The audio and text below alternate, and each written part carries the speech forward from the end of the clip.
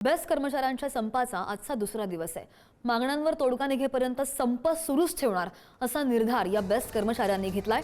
ठोस निर्णयाची बेस्ट कृती समितीच्या पदाधिकारी आणि कर्मचाऱ्यांची मागणी आहे। तर दुसरीकडे मुख्यमंत्री आणि उपमुख्यमंत्र्यांच्या भेटीसाठी आंदोलक बरेच आग्रही आहेत। आजही अनेक बेस्ट बस आगारामध्ये उभ्या आहेत।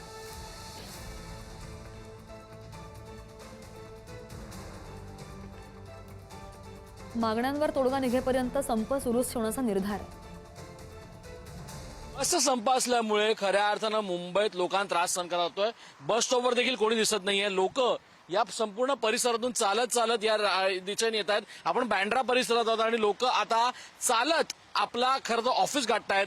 आपल्यासोबत एक गृहस्थ त्यांना आपण विचारूया। सर, बस बंद आहे, डीकेसी परिसर आहे, इथं करतं बसची सगळ्यात जास्त गरज, रिक्षाची गरज आहे, तुम्ही चालत येता, काय सांगाल? कारण रिक्षा पण त्यांच्या वाटेल ते प्राइस घेत असतात, 50 रुपये 60 रुपये, त्यांना कोण बोलतच नाही। ते काय त्यांचा तर धंदाच आहे, तो कोण भेटला की लगेच त्याच्याबरोबर यायचं।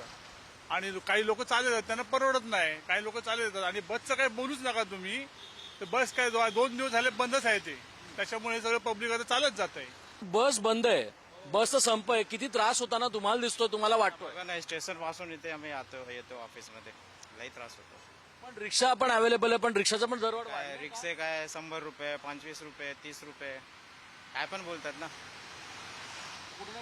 बस बंदचा त्रास होताना दिसतो। आज तर बहुत त्रास आहे बाबा, बहुत त्रास आहे। विकास सोबत श्रेयस सावंत, पुढारी न्यूज, मुंबई।